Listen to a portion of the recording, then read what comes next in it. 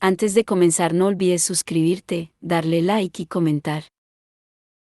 Puedes seguirme en mis redes sociales para apoyarme y proponerme nuevas historias. Enlaces en la descripción. Cazadores de sombras. Las últimas horas. La cadena de oro. De Cassandra Clare. Capítulo 16. Legión. El mar devolvió sus muertos, y la muerte y las tumbas devolvieron a los suyos. Revelaciones 8 y 13. Cuando Cordelia llegó al instituto a última hora de la tarde, se encontró a Lucy y a los alegres compañeros en el salón de baile, aprovechando que a Will y Tessa les tocaba patrullar de día. Habían cubierto los muebles y el piano con sábanas blancas, y la única luz era la que provenía de las ventanas abovedadas, ya que habían corrido las pesadas cortinas de terciopelo. A pesar de que no había pasado mucho tiempo desde el baile, el suelo ya tenía algo de polvo. Lucie, Christopher, James, Matthew y Thomas formaban un círculo alrededor de un objeto que ocupaba el centro de la habitación. Cuando Cordelia se acercó, vio que era la Piscis que Anna le había dado a James la noche anterior. Con la luz del día, Cordelia pudo verla mejor. Estaba hecha de una oscura madera dorada, con el dibujo del uroro, la serpiente que se muerde la cola, grabado en 4 de sus lados. En la parte de arriba tenía un asa. Cordelia, exclamó Lucie. Estábamos poniéndonos al día. Ayer por la noche, en la reunión del enclave, nos enteramos de un montón de cosas importantes, y parece que tú también hiciste no sé qué en el Ruelle Infierno. Nada tan emocionante, sin duda, pero no todos podemos ser espías. Sí, mi hermano me contó esta mañana lo de la reunión, dijo Cordelia mientras se unía a los otros en el círculo. Tanto Cordelia como Lucy y los chicos llevaban el traje de combate. James llevaba sobre él una chaqueta Norfolk con el cuello subido. Algunos mechones de pelo le caían por la frente y le acariciaban las mejillas. Cordelia apartó la vista enseguida, antes de que se cruzaran sus miradas. Lo de la cuarentena y todo lo demás. Alastair seguía enfadado con ella, pero a pesar de todo había sido muy amable al darle las malas noticias sobre Oliver Hayward. Cordelia no sabía qué decir sobre el asunto. No había conocido a Oliver, más allá de verlo siempre con Bárbara, pero los demás sí. No podía imaginar cómo se sentían, sobre todo Thomas, que parecía todavía más tenso y estresado que antes. Parece que es más urgente que nunca encontrar y atrapar al demonio responsable del contagio, antes de que ataque a alguien más, repuso Cordelia, finalmente. Con las gafas en la punta de la nariz, Christopher enseñó emocionado el enorme libro que tenía entre las manos. En la portada tenía grabadas en dorado las palabras usos de las Piscis y otras filacterias. Por lo que dice aquí, esta generación de Piscis es bastante simple. Cuando quieres atrapar a un demonio, primero tienes que herirlo o debilitarlo. Luego pones la Piscis al lado, en el suelo, y dices las palabras, Tam Tolak Techembaor, y la caja absorbe al demonio. La Piscis se bamboleó con fuerza, hasta ponerse casi de lado. Todo el mundo dio un salto atrás. «Está viva», exclamó Tomás mientras la miraba. «Bueno, no la Piscis, o sea. Bueno, ya me entendéis». «Pues sí», empezó James. «Veo un fallo en nuestro plan». Matthew asintió. «¿Y yo? ¿Qué pasa si la Piscis ya tiene un ocupante?» «En realidad, no hay ninguna razón para pensar que la caja de Hipatia está vacía. Puede haber tenido un demonio dentro todos estos años». Se miraron unos a otros.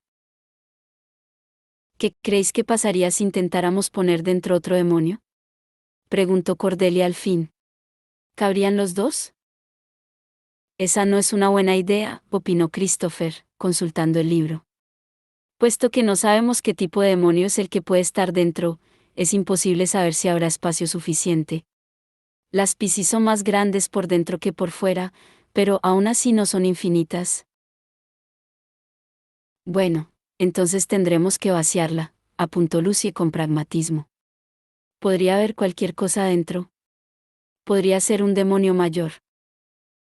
¡Qué contrariedad!, se quejó Christopher con tristeza. Estoy seguro de que no es un demonio mayor, repuso James. Pero, aún así, llevémoslo al santuario. Pase lo que pase, al menos podremos mantenerlo contenido hasta que consigamos ayuda. Claro, apostilló Matthew. En este plan no hay nada que pueda salir mal. James levantó una ceja. ¿Acaso tienes otra idea? Creo que deberíamos hacerlo, intervino Thomas. Sería ridículo haber llegado tan lejos y echarnos atrás ahora. Lucy soltó un pequeño resoplido. Bueno, más nos vale que funcione.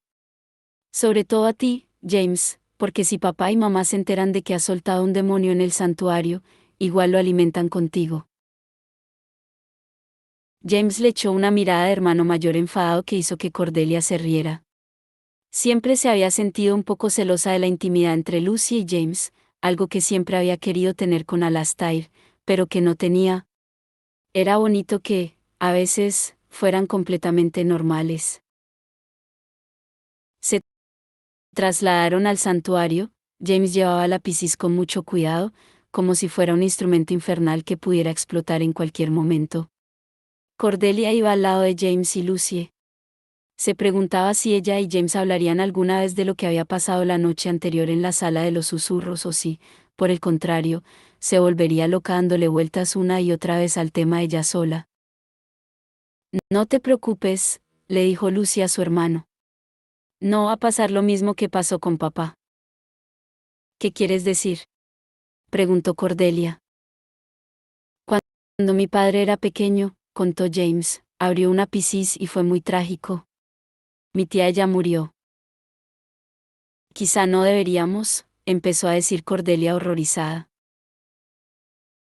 Esto será diferente, insistió Lucy, y Cordelia no estaba segura de si lo decía para tranquilizar a su hermano o a sí misma. Sabemos en lo que nos estamos metiendo, papá no lo sabía. Habían llegado al santuario, la única sala del instituto en la que podían entrar los subterráneos sin que los invitara un cazador de sombras. El instituto estaba completamente rodeado de hechizos que impedían la entrada. Las reuniones con subterráneos importantes solían tener lugar allí, y estos podían, incluso, buscar refugio en el santuario según lo establecido en los acuerdos. Era más que evidente que el Instituto de Londres había sido una catedral, y una muy grande. Había enormes columnas de piedra que sostenían el techo abovedado. Thomas había sacado una caja de fósforos y se dedicaba a encender los enormes candelabros que poblaban la sala con grandes velas blancas que proyectaban una luz trémula. Tanto los tapices como las columnas estaban cubiertos de runas, al igual que los azulejos del suelo. Cordelia tuvo que admitir que, si iban a soltar a un demonio, ese parecía el sitio perfecto para hacerlo. En el centro de la sala había una fuente seca de piedra con la estatua de un ángel con las alas plegadas. Su pétrea cara estaba cubierta de líneas negras que parecían lágrimas. James puso la caja en el suelo, justo encima de una runa de poder angelical. Se arrodilló y estudió la Piscis. Después de un momento, sacó de la chaqueta un cuchillo serafín apagado. «Armaos todos», les pidió. Cordelia desenfundó a Cortana, los otros sacaron los cuchillos serafín tal y como James había hecho, y Thomas sacó sus boleadoras. James se inclinó y sujetó el asa de la Piscis. Cordelia apretó fuerte la empuñadura de su espada. James movió el asa hacia ambos lados, como si manejara un sacacorchos. Se oyó un clic y la Piscis se abrió.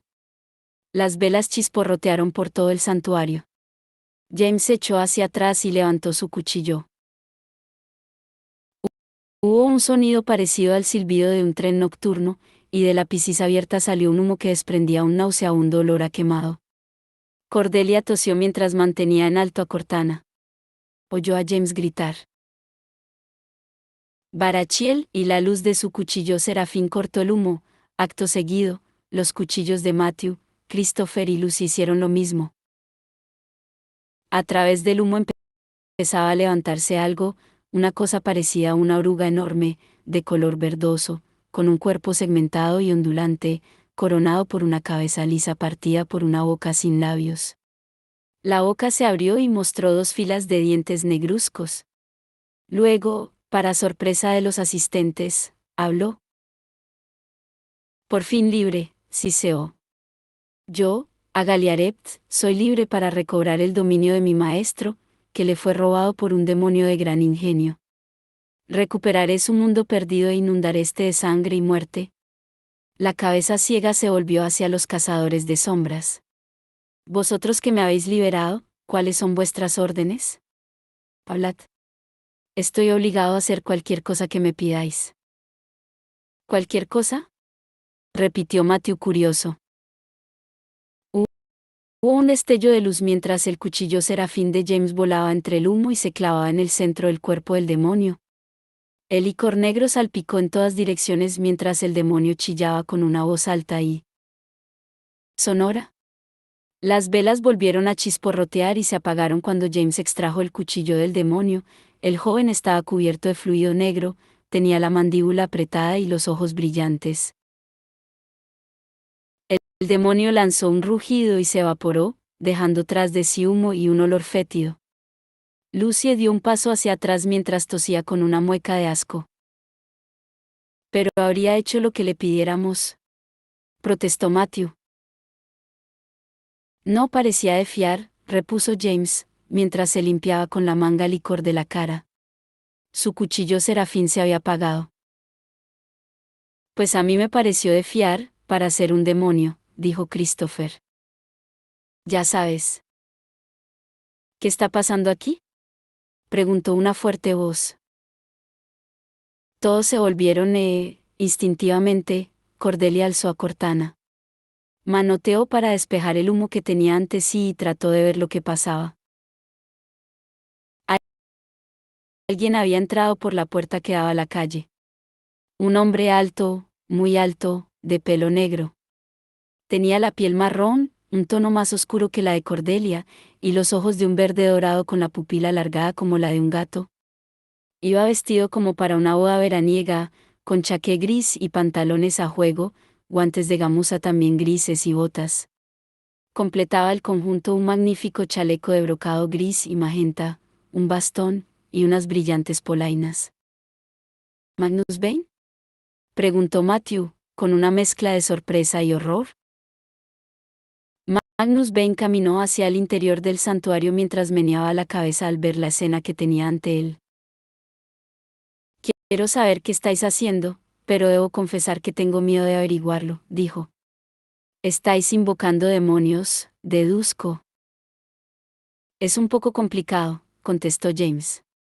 Hola, Magnus. Me alegro de verte. La última vez que yo te vi a ti, estabas boca abajo en el serpentine, recordó Magnus de buen humor. Ahora estás jugueteando con una Piscis. Veo que has decidido seguir la tradición gerondel de tomar malas decisiones. Yo también. Intervino Lucie, decidida a que no la dejaran de lado. He venido desde Yakarta para reunirme con Tessa y Will y hablar sobre todo este asunto de la plaga de demonios diurnos, explicó Magnus. Pero cuando he llamado a la puerta, no ha acudido nadie a abrir. Así que me he visto forzado a entrar a través del santuario. Es raro que te hayan pedido que vinieses ahora, dijo Thomas. Todos los mayores de 18 años están por las calles buscando a los demonios responsables de los ataques. Magnus frunció el ceño. Levantó la mano para echar un vistazo al carísimo reloj que llevaba en la muñeca y dejó escapar un gruñido. Me parece que he olvidado retrasar el reloj y he llegado 6 horas antes de lo que debía. Maldición. Matthew parecía encantado. Podríamos tomar el té. Soy un auténtico entusiasta de tu trabajo, Magnus. Y también de tu estilo. Ya solo los chalecos. Matthew, haz el favor de callarte, pidió Thomas. A Magnus no le interesa hablar de chalecos. Falso, lo contradijo este. A mí siempre me interesa hablar de chalecos. Pero admito que, ahora mismo, me producen más curiosidad las piscis. Se acercó un poco y tocó la caja con la punta de su bastón de malaca. ¿Acierto al deducir que habéis abierto la caja a propósito y liberado a un demonio palpis? Sí, admitió James. Ya, ¿y por qué? Quiso saber Magnus. Porque necesitamos usar la piscis, soltó Matthew. Para atrapar a un demonio. Y para eso tiene que estar vacía. Estábamos, vaciándola. James soltó un suspiro resignado. Menudo espía que estás hecho, Matthew. Serías capaz de resistir la tortura, pero le contarías a cualquiera todo lo que quisieras saber a cambio de unos pantalones bonitos. Oh, por el amor de Dios, exclamó Cordelia. Se volvió hacia Magnus. ¿Quieres que este asunto de los demonios acabe de una vez, no? No quieres que mueran más cazadores de sombras, ¿verdad? A Magnus pareció asombrarlo que alguien se dirigiera a él con tanto ímpetu. Normalmente no estoy en el bando de los demonios asesinos, ¿no? Entonces quizá puedas ayudarnos, terció James, y expuso rápidamente su plan, o al menos todo lo que podía contar sin romper la promesa hecha a Ragnar. Le explicó que creían que el tipo de demonio al que buscaban solo lo podían atrapar con una piscis. También su visión en el reino de las sombras y su motivo para pensar que el demonio se hallaba en el puente de la torre. A medida que James hablaba, Magnus parecía cada vez más interesado. Cuando acabó la explicación, Magnus se había sentado en el borde de la fuente, con las piernas colgando. «¿Estáis trabajando con muchas suposiciones?», dijo el brujo cuando James terminó. «Pero hay una cosa que tiene que ver con vosotros dos, Lucy y James, que no entiendo, ¿por qué no les pedís ayuda a vuestros padres? ¿Cuál es la razón de tanto secretismo?» «Hicimos una promesa», confesó Matthew. «A la persona que nos dio la pista que nos permitió obtener gran parte de esta información. Y no podemos romper esa promesa». Magnus esbozó una extraña sonrisa de medio lado. Ragnar me dijo que os confió alguna información, y parece que vosotros no habéis traicionado esa confianza. No todos los cazadores de sombras mantendrían la palabra dada a un subterráneo. Y puesto que soy el mejor amigo de Ragnar, o al menos la única persona capaz de aguantarlo durante largos periodos de tiempo, guardaré vuestro secreto. Miró a James y a Lucy. En el pasado, cuando conocía bien a vuestros padres, probablemente serían ellos los que lideraran este plan. Magnus hizo una pausa. Pero ya no son niños. Ahora son padres, así que están dedicados en cuerpo y alma a algo que aman más incluso que sus propias vidas. Por lo tanto, quizá hagáis bien en no contarles nada. Ni tan siquiera Matthew supo qué decir ante eso. En fin, buena suerte, les deseó Magnus mientras cogía su bastón. Supongo que iré a Charles a echar un vistazo.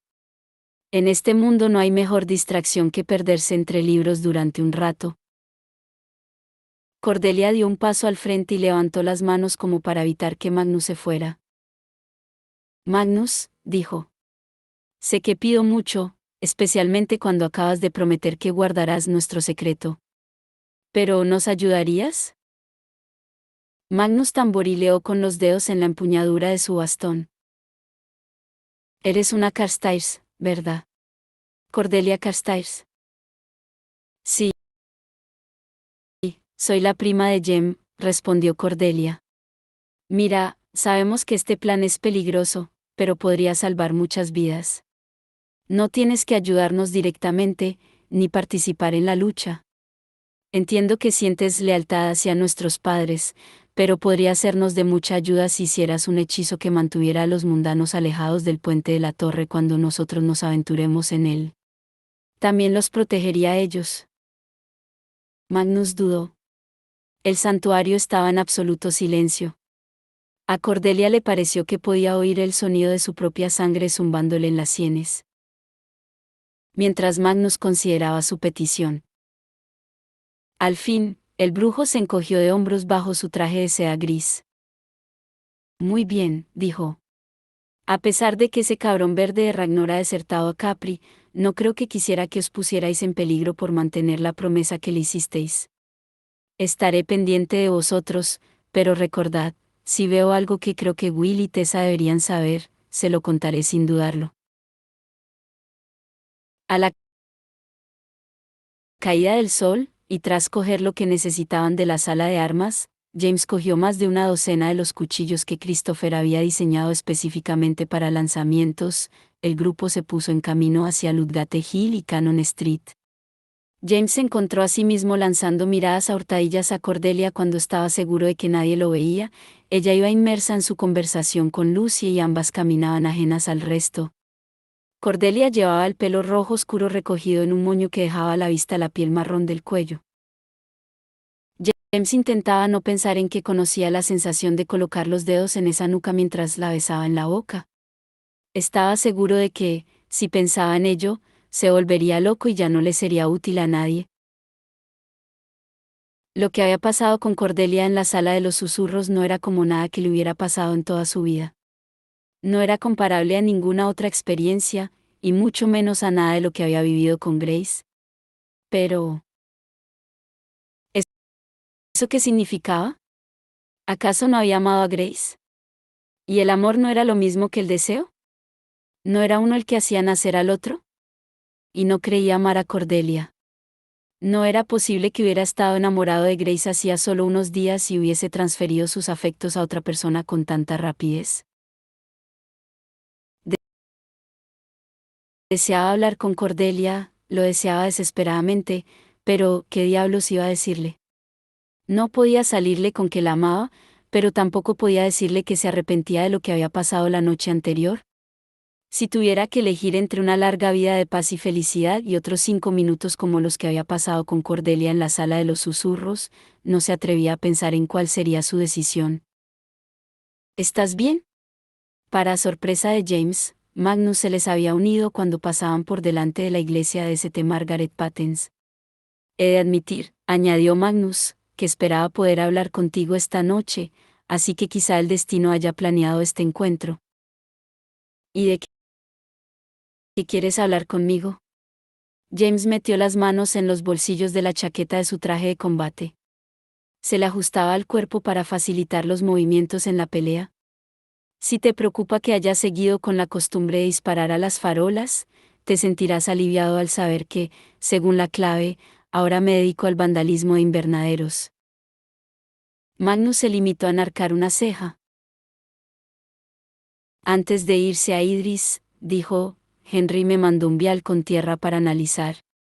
Dijo que no le encontraba ni pies ni cabeza. También dijo que había sido tú quien se lo había dado.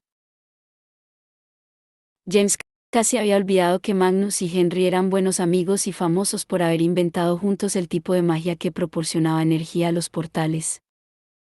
¿Y? Preguntó con cautela. Es un material raro, dijo Magnus. De hecho, no pertenece a este mundo.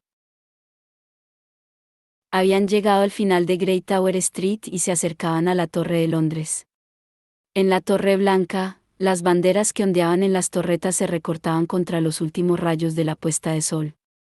Mientras bajaban por Tower Hill, Magnus evitó hábilmente a un grupo de turistas con cámaras portátiles y le puso una mano en el hombro a James. Este bajó la voz, aunque los otros estaban a bastante distancia. Matthew, que llevaba la Piscis, se había parado para mostrarle a Cordelia algún detalle de la torre. ¿Qué quieres decir? Sabes que hay otros reinos, dijo Magnus, otros mundos además de este. Piensa en el universo como en un panal, en el que cada una de sus celdas es un reino diferente. Las celdas siempre están justo al lado de otras. Los demonios vienen de esos otros mundos, sí. Viajan de una dimensión a otra para llegar a nuestro mundo y a otros. Magnus asintió. Hay algunos mundos, explicó, que están gobernados por demonios, normalmente demonios mayores. Esos mundos suelen estar imbuidos de la esencia de estas criaturas. La tierra que le diste a Henry viene de uno de esos mundos. Una dimensión que está regida por el demonio Belfegor. ¿Belfegor? El nombre le resultó inmediatamente familiar. Es uno de los príncipes del infierno, ¿no? Sé lo que estás pensando, repuso Magnus mientras su bastón repiqueteaba contra los adoquines. Jem también me habló de ti. Por lo que parece, últimamente todos los caminos llevan a James Gerondale. Este se frotó las manos. La brisa que subía del río era tan fría que cortaba la piel. Jem se puso en contacto contigo. Para hablarme de tu abuelo, respondió Magnus. Me dijo que era un príncipe del infierno. Echó un vistazo al cielo, que se iba oscureciendo. Así que ahora te estarás preguntando si tu abuelo será Belfegor, ya que el reino que tú visitaste le pertenece. Bueno, eso tendría sentido, ¿no? Podría ser, sí. Aunque también podría no ser así. Te diré que llevamos más de un siglo sin que haya constancia de que alguien lo haya visto. Magnus vaciló un instante. Jem me contó que estabas desesperado por saber quién era tu abuelo. Mi propio padre es un príncipe del infierno. Son ángeles negros, James. Inteligentes, ingeniosos y muy manipuladores. ¿Poseen el conocimiento de miles de años vividos? Al igual que los ángeles, han visto el rostro de la divinidad, pero han decidido darle la espalda. Han elegido la oscuridad, y esa elección se mantiene durante toda la eternidad. No puedes matarlos, solo herirlos, y desde luego, conocer a un príncipe del infierno solo trae desgracias. Solo causan sufrimiento. Pero, aún así, ¿no sería mejor para mí saber si? Una vez invoqué a mi padre. Y fue el peor error que he cometido en toda mi vida. James, tú no te defines por la sangre que hay en ti. Yo no tengo ni idea, ni la más mínima idea, de quién es tu abuelo, y ya le recomendé a James que dejara de intentar averiguarlo. No importa. Tú eres quien eres, y es el conjunto de tus acciones y tus decisiones lo que te define.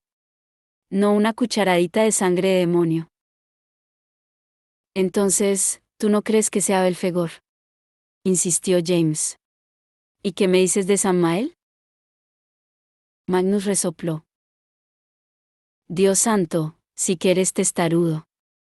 Recuerdo una vez que buscamos un demonio para tu padre. Era igual de cabezota que tú. De pronto, señaló algo con su bastón. Mira, hemos llegado. Se hallaban delante del puente, aunque ya estaba bastante oscuro y las lámparas de gas se habían encendido, aún había bastante tráfico, incluido algún que otro automóvil, que zumbaba por la avenida que llevaba al puente. Los otros ya se estaban agrupando a su lado, así que James se vio obligado a dejar la conversación sobre su abuelo. Bien, ¿qué me dices? ¿Puedes hacerlo? Le preguntó a Magnus. ¿Puedes crear una distracción? ¿O mejor volvemos más tarde, cuando haya menos mundanos? Los ojos de Magnus brillaron. No hay necesidad de hacer eso, contestó. Se acercó a la barandilla que discurría paralela al río, desde la cual un alto muro bajaba hasta la playa que corría junto al puente. Con una floritura, se sacó los guantes y los guardó en el bolsillo del chaleco. Luego levantó una mano. De la punta de los dedos le saltaron chispas de fuego azul. La luz trazó un arco sobre el Támesis. Brillaba como un millar de faros de nafta y formó un camino brillante que iba de orilla a orilla del río. James oyó el asombrado susurro de Cordelia cuando la luz se alzó, se retorció y empezó a conformar la silueta fantasmagórica de un brillante puente de la torre hecho solo de luz. Era una reproducción perfecta en todos sus detalles, desde las torres hasta los cables y las cadenas. Magnus bajó las manos. Respiraba con fuerza para recuperar el aliento. «Es espectacular», exclamó Thomas, y James se alegró al ver que la cara de su amigo expresaba realmente esa emoción, pero los mundanos no lo verán igual que tú, completó Magnus. Ellos no verán el puente real. Verán este. Fíjate. El brujo señaló un cabriolé que se acercaba. El pequeño grupo de cazadores de sombras admiró boquiabierto cómo el vehículo se acercaba a la brillante imitación del puente y entraba en él. Las ruedas traquetearon sobre el asfalto. ¡Ay, Dios! Pensé que el puente iba a derrumbarse, confesó Lucie, mientras más carruajes entraban en el puente falso. Por lo visto, Magnus había cubierto con un glamour la entrada del puente real, ya que todo el tráfico, tanto de personas como de vehículos, y hasta autobuses, se dirigía sin dudarlo hacia la brillante estructura que Magnus había creado. Magnus jamás crearía un puente que pudiera derrumbarse, dijo Matthew. Tenía los ojos brillantes, y James sintió una oleada de afecto por su parabatay. A Matthew siempre le había encantado la magia. Probablemente por eso se sentía tan a gusto en el Ruelle Infierno y sitios por el estilo, rodeado de fuegos encantados y brujas con ojos de estrella.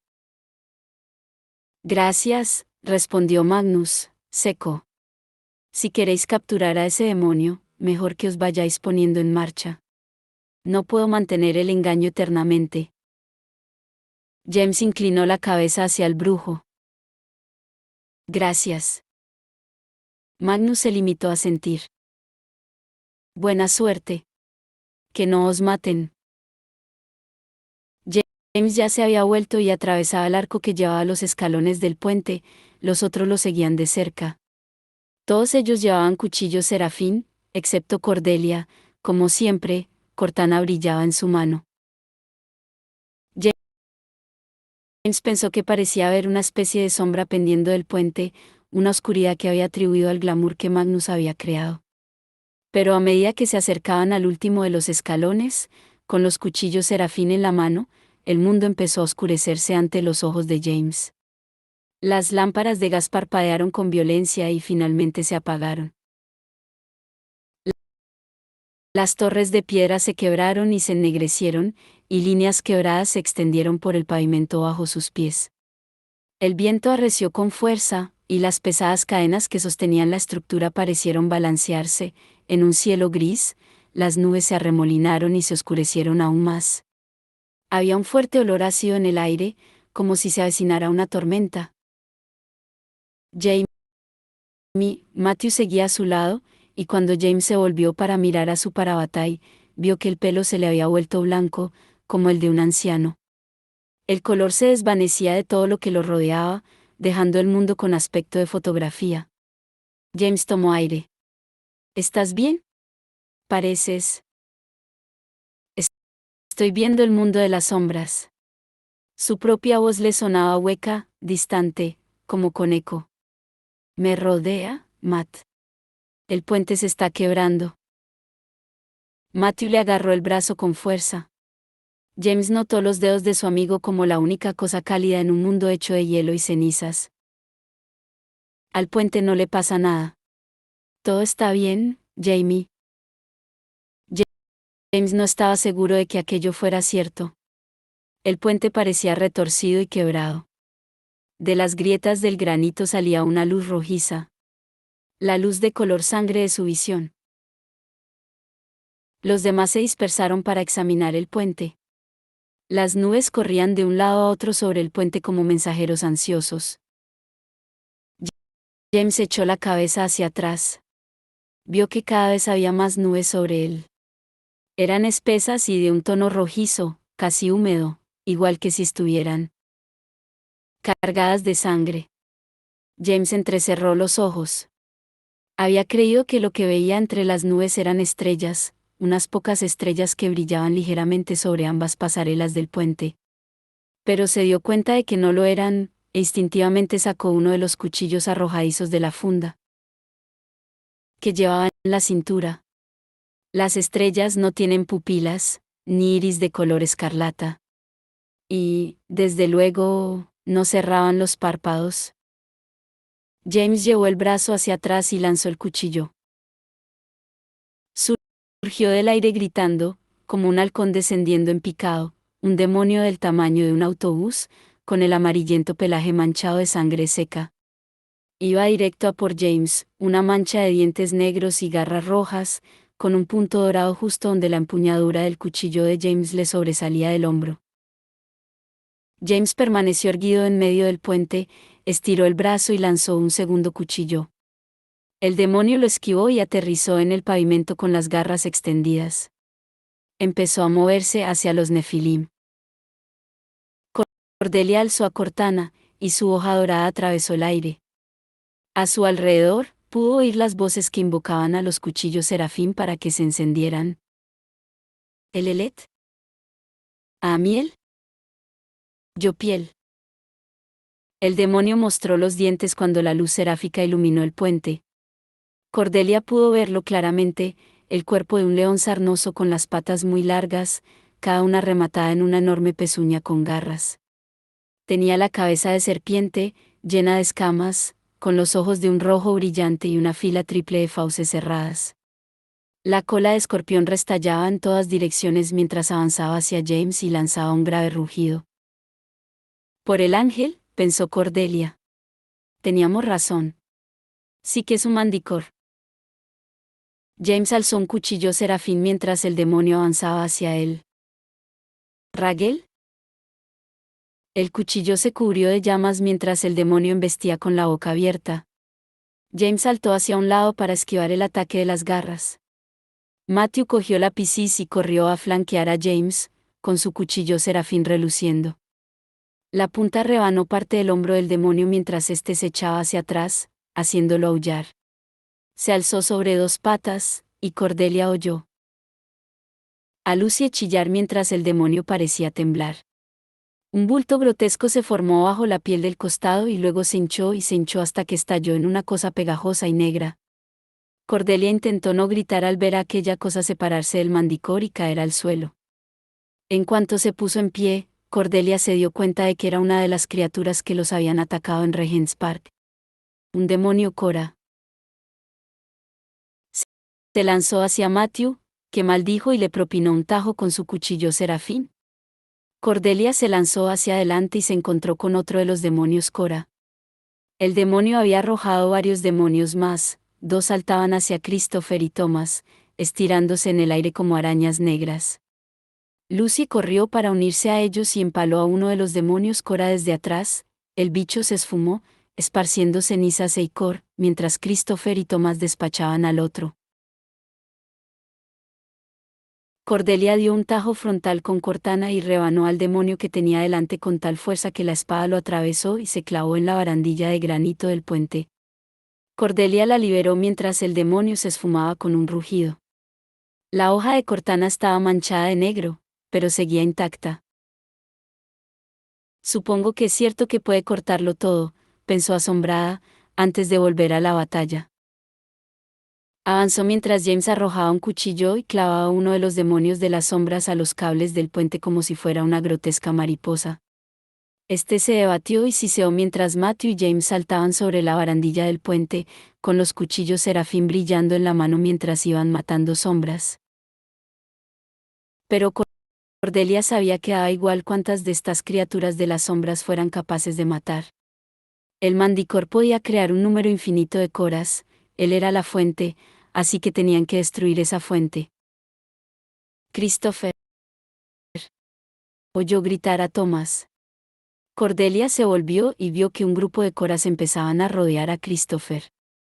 Aunque él intentaba escapar a cuchilladas, el círculo se cerraba sobre él. Lucy y Thomas corrieron hacia él, pero Cordelia, con la espada alzada, corrió en la otra dirección, hacia el mandicor. Este miraba a Christopher y a los demás y se relamía la asquerosa boca mientras los coras lo cercaban. Cuando vio a Cordelia acercarse, se echó hacia atrás, pero ya fue demasiado tarde, la cazadora de sombras se lanzó sobre él y le hundió a Cortana en el torso. El licor caliente le salpicó la mano y el mundo pareció rodar a su alrededor, el color iba perdiéndose como una herida pierde sangre. Permaneció en el puente entre sombras en blanco y negro y árboles retorcidos y nudosos, los cables de la estructura pendían como viñas putrefactas, cada vez más negras en el aire nocturno. Jadeando, tiró de Cortana para soltarla y cayó de rodillas. De repente notó una mano en el brazo. La pusieron en pie y miró sorprendida a Matthew, que la observaba con la cara pálida. Cordelia. ¿Cordelia está bien? Era Lucie, manchada de sangre y cor, que sujetaba la Piscis. Los demás se habían reunido en torno a ella. James tenía el cuchillo en una mano y la mirada clavada en el rugiente y sangrante Mandicor. No había ni un solo Cora en el puente.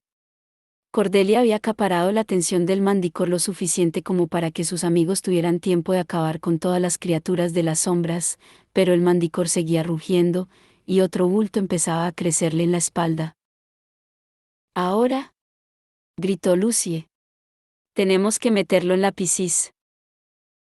«Pon la caja en el suelo», ordenó Thomas, que, subido a la barandilla, agitaba las boleadoras. «Christopher, di las palabras». Christopher se acercó a la Piscis. El Mandicor por fin se dio cuenta de lo que estaba pasando y atacó. Christopher gritó con una voz que se superpuso al ruido de la batalla. «Taam Tolach Techembaor». Los símbolos alquímicos grabados en la caja se encendieron como si los trazos estuvieran ardiendo, parecían florecer en la madera, brillantes como ascuas de carbón. Un rayo de luz surgió de la Piscis, y luego otro, y otro más. Los haces luminosos salieron disparados sobre el puente y envolvieron al Mandicor en una jaula brillante. Este lanzó un aullido, la jaula de luz intensificó su brillo una última vez y fue absorbida por la Piscis junto con el Mandicor. Hubo un largo silencio. James se limpió la sangre de la cara, los ojos le relampagueaban. Matthew aún tenía sujeta a Cordelia por el brazo. «No me gustaría hacer un aguafiestas», dijo Thomas finalmente, «pero... ¿ha funcionado? Porque parece...». La Piscis estalló. Los cazadores de sombras gritaron y se lanzaron al suelo cuando la metralla de madera se esparció en todas direcciones. El viento empezó a soplar fuerte sobre el puente, un rugiente huracán de aire con olor a fuego que hizo que Cordelia volviera a caer de rodillas. El rugido cesó por fin. El puente quedó vacío y silencioso, salvo por el leve sonido del viento que empujaba algunos restos por la calzada. Cordelia se puso en pie y le tendió una mano a Lucie para ayudarla. Ante ella, aún podía ver la luz destellante del puente de Magnus, por el que seguía pasando el tráfico mundano. «Demasiado fácil», completó la frase Thomas, que tenía la cara manchada de hollín. «Maldita sea», exclamó James mientras cogía un cuchillo. ¿Y el mundo pareció estallar a su alrededor? Del viento surgió de repente el Mandicor, el doble de grande de lo que había sido y envuelto en jirones de oscuridad. Se alzó sobre ellos como una sombra dibujada en sangre, con la cabeza echada hacia atrás, y cada una de sus garras brillando como dagas. James lanzó el cuchillo justo cuando el Mandicor saltó hacia él, con sombras que le salían disparadas del cuerpo y se esparcían por el puente en todas direcciones. El mundo se volvió blanco y negro otra vez. James podía ver la ciudad a ambos lados del río, pero era un Londres devastado, la torre, destrozada y caída, los muelles, asolados por incendios, los capiteles de las iglesias, ennegrecidos pero aún en pie, como esqueletos que se recortaban contra un cielo teñido de humo. Podía oír a sus amigos, sus gritos, mientras luchaban contra las sombras, pero no podía verlos. Estaba solo en su reino de pesadilla. El Mandicor dio un salto hacia él y lo agarró. James estaba preparado para un ataque, pero esto fue diferente. El demonio lo aprisionaba con fuerza, las garras clavadas en la parte delantera de la chaqueta. Los labios se movieron dejando al descubierto los dientes. «Ven conmigo», susurró el demonio. «Ven conmigo, hijo de demonios, ven al lugar donde todos te honrarán». Tú ves el mismo mundo que veo yo. Lo ves como es realmente. Sé quién es tu madre y quién es tu abuelo. Ven conmigo. James se quedó helado. Sé quién es tu madre y quién es tu abuelo. Pensó en el demonio del parque, ¿Por qué destruir a tu propia raza? Soy un cazador de sombras, repuso James. No pienso escuchar tus mentiras. ¿Sabes que digo la verdad?, repuso el Mandicor lanzándole un aliento ardiente que le quemaba la piel a James. Juro por Asmodeus, por Belial, por Belfegor y por Samael que acabaré con los ataques si vienes conmigo. No hay necesidad de más muertes. James sintió que se le paraba el corazón. Un demonio que juraba por los príncipes del infierno. Una voz en su interior le gritaba, hazlo. Ve con él. Acaba con las muertes y el sufrimiento. Sin embargo, otra voz, más tenue, pero también más firme, le susurraba, los demonios mienten, incluso cuando juran. No, dijo, pero la voz le temblaba. Qué es agradecido, siseó el Mandicor. Solo tú puedes caminar entre el mundo de los humanos y el reino oscuro. James miró directamente a los ojos sanguinolentos del demonio. ¿Te refieres al reino de Belfegor?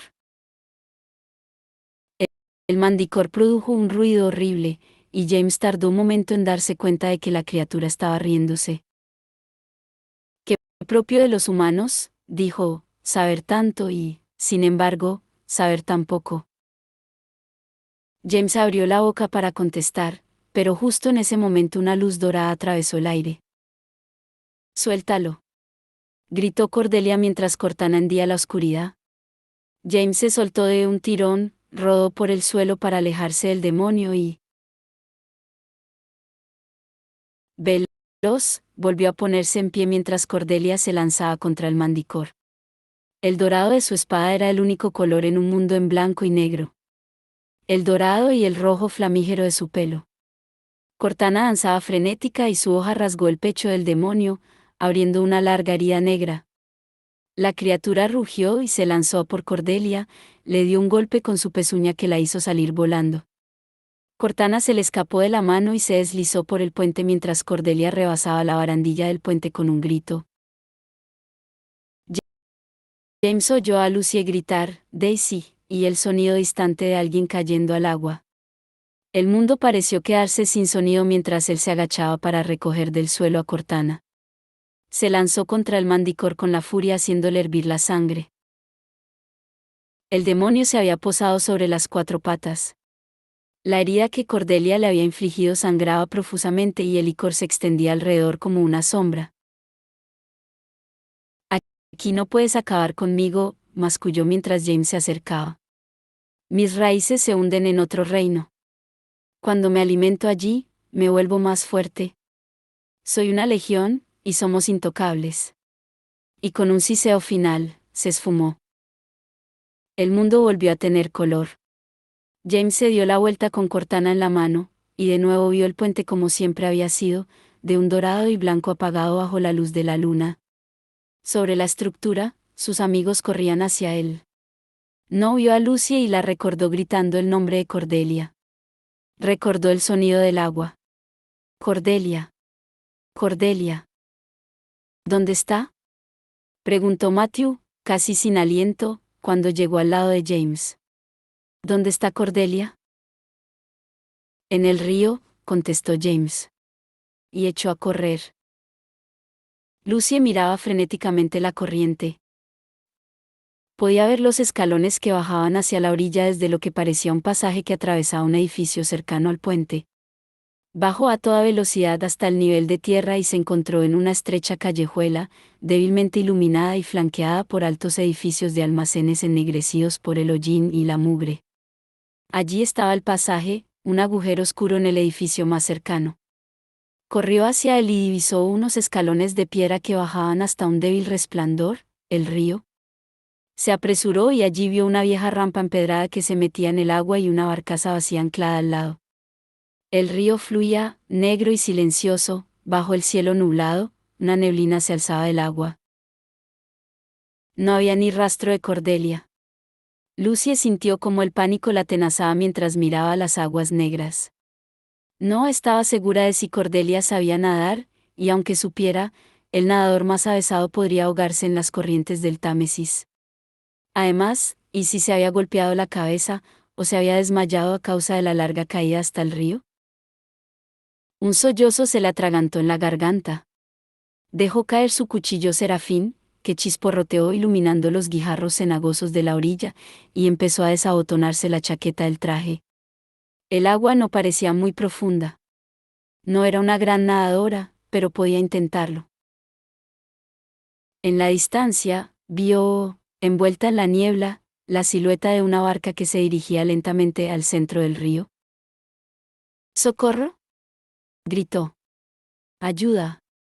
Una persona ha caído al río. Corrió a lo largo de la orilla sin parar de hacer señas a la barca, que empezaba a desaparecer entre la niebla. «Sacadla, por favor», gritó Lucie. «¿Ayudadme?» Pero la barca ya había desaparecido.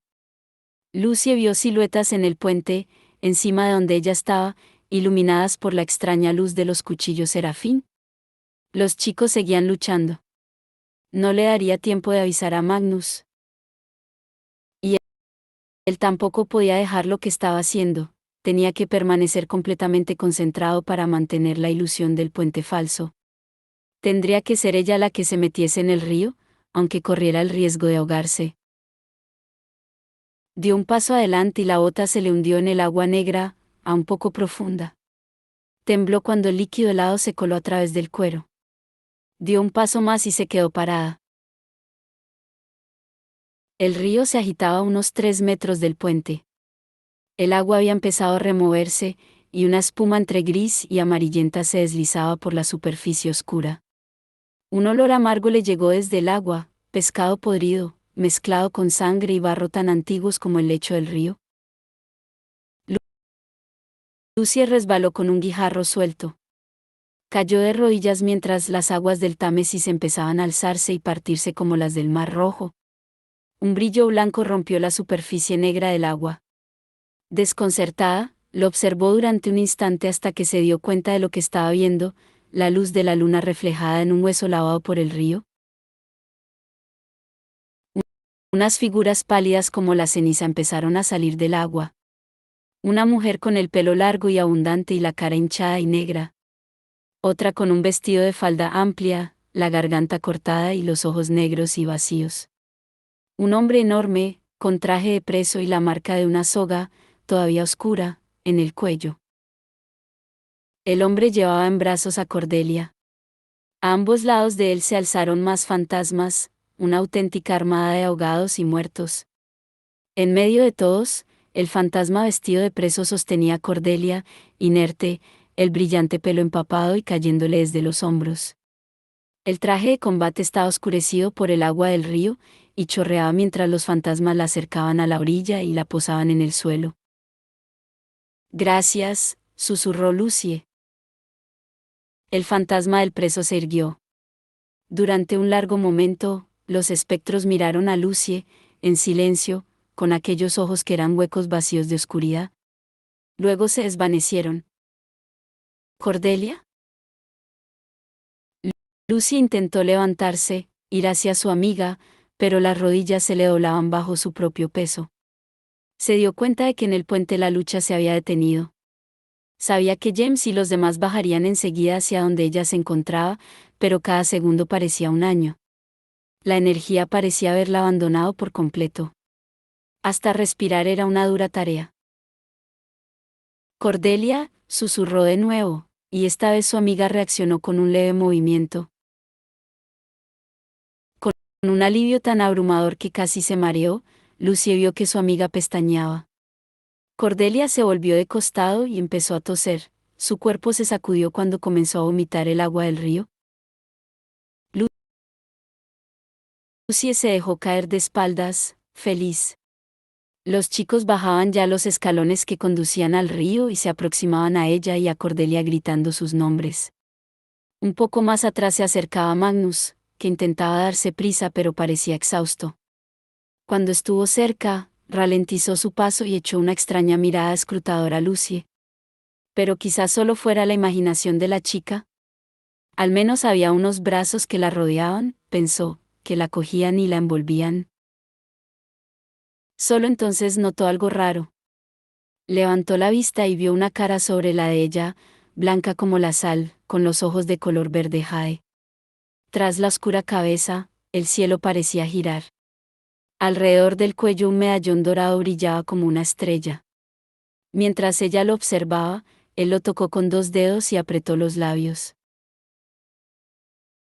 Jesse Blackthorne, susurró Lucy mientras el mundo se hundía y la luz se apagaba. Había sido él, claro. Él había llamado a los fantasmas. Él había salvado a Cordelia. ¿Por qué lo has hecho? Pero la oscuridad la envolvió antes de que él le diera tiempo a contestar. Días del pasado, Sirenworth Hall, 1900. ¿Es mía? Pues claro que no. Enfadado, Alastair trató otra vez de coger la espada. Cordelia dio un hábil paso atrás y sujetó a Cortana sobre la cabeza, pero Alastair era más alto. El chico le dio un pisotón y se la quitó mientras fruncía el ceño y el pelo negro le caía sobre los ojos furiosos. Díselo, padre, pidió él. Dile que no es suya. ¿Qué nariz, Alastair? Ya vale. Alto y avejentado, con un pelo rubio que empezaba a volverse plateado, Elias Carstairs tenía una voz tranquila que casaba con sus gestos reposados y medidos.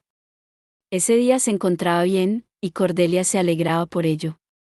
Muchos días su padre estaba ausente de la sala de entrenamiento, porque yacía enfermo en una habitación oscura, con un paño húmedo sobre los ojos. Se apartó de la columna en la que había estado apoyado y miró a sus hijos con una indulgencia pensativa. Elías siempre había sido su maestro de armas, el que les había enseñado las artes físicas de los cazadores de sombras desde pequeños. Fue él quien convirtió el salón de baile de Sirenworth en una zona de entrenamiento. Había comprado aquella gran casa a los mundanos y parecía disfrutar eliminando todo rastro mundano de ella. Había arrancado los suelos de parquet para poner madera de árboles de idris, más suave y mejor para amortiguar las caídas. Las lámparas de araña las había reemplazado por ganchos para colgar armas, y había pintado las paredes de amarillo azafrán, el color de la victoria. Elías había vivido en Beijing durante muchos años y prefería las armas y los estilos de lucha de los nefilín de allí, desde el San Madao hasta el jian de doble filo o el qian de mango largo. Les había enseñado a sus hijos el suangdao, el arte de manejar 2 espadas al mismo tiempo. Había colgado de las vigas martillos meteorito y látigos de cadena y construyó un leitai, una plataforma elevada de lucha, en la esquina oeste de la sala. Alastair y Cordelia estaban ahora en este leitai y se miraban el uno al otro enfadados. Cordelia, dijo Elías con las manos entrelazadas tras la espalda, ¿por qué, exactamente, quieres tener a Cortana? Cordelia se quedó unos segundos en silencio. Tenía 13 años y casi nunca se molestaba en interponerse entre Alastair y las cosas que éste deseaba. En su opinión, no había nadie más cabezota y mimado que su hermano. Pero con Cortana la cosa cambiaba.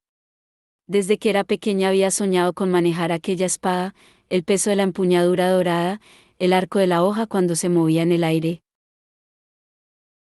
Y sabía que Alastair nunca había soñado con poseerla. Era un buen luchador, pero también una persona distante y desinteresada.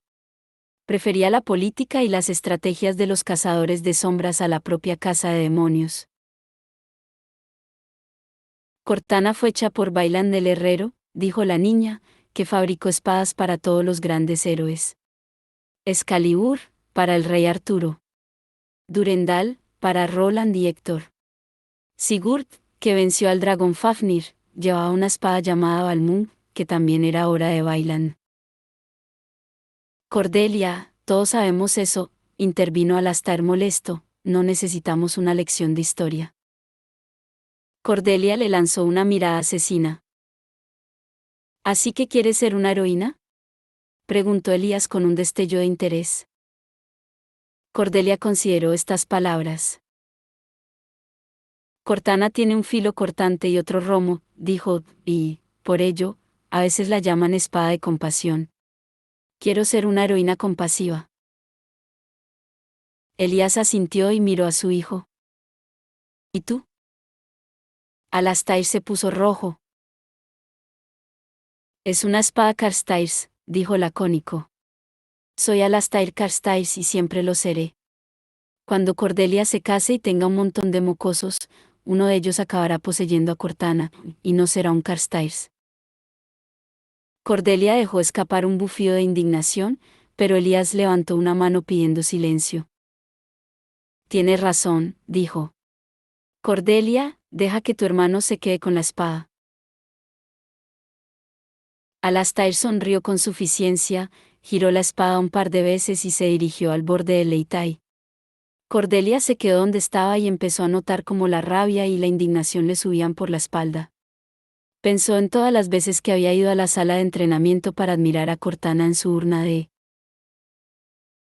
cristal. Las palabras que estaban escritas en su hoja fueron las primeras que aprendió a leer: soy Cortana, hecha del mismo acero y tempel que Joyeusei. Durendal. Pensó en cómo solía tocar la urna, con extremo cuidado, apenas rozándola con los dedos, como para recordarle a la espada que algún día la volverían a coger y a blandir. Y cuando Elías abrió finalmente la urna y declaró que ese era el día en que elegirían al dueño de Cortana, el corazón se le disparó. No podía soportarlo. Pero Cortana es mía. Estalló cuando su hermano llegó al final de la plataforma. Sé que es mía. Alastair abrió la boca para replicar, pero solo pudo dar un grito ahogado cuando la espada se le soltó sola de la mano y voló a través de la habitación en dirección a su hermana. Cordelia, asombrada, extendió la mano como para protegerse, y la empuñadura le dio en la palma. Cerró la mano alrededor de ella y sintió una descarga recorrerle el brazo. Cortana. Parecía que Alastair iba a protestar, pero no lo hizo.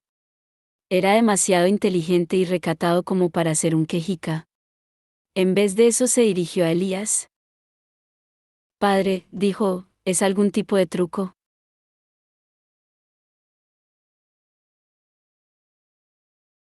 Elías se limitó a sonreír como si hubiera sabido lo que iba a pasar. A veces la espada elige a su dueño, explicó. Cortana pertenecerá a Cordelia. En cuanto a ti, Alastair. Pero el chico ya había abandonado la habitación. Elías se volvió hacia su hija. Cordelia, una espada de Bailan del herrero es un gran don, pero también una gran responsabilidad. Una que algún día puede causarte sufrimiento. Cordelia asintió. Estaba segura de que su padre tenía razón, de esa manera lejana en que los adultos tenían razón a veces. Pero al mirar la dorada hoja de Cortana no podía imaginarse de otra forma que siendo feliz siempre que la tuviera en la mano.